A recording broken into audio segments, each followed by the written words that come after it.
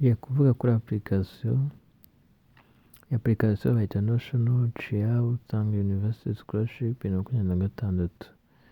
Apply for the next year. Taiwan is a national student scholarship. Iyi scholarship muri Taiwan muri semester izaza bazakora, harimo za porogaramu za undergraduate, za masters, za PhD. Abantu banje segonderi biga undergraduate n'abatari munsi yo kugraduate, batari bagraduating bakaba masters na PhD. Rero scholarship bari kuyitangira muri Taiwan, muri university bita National Chia Tang University.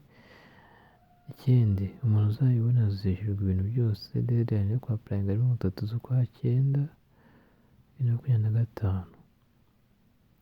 Hano semeye kuapplyinga baturutse mu bihugu bitandukanye. International student avuyemo baba muri Taiwan.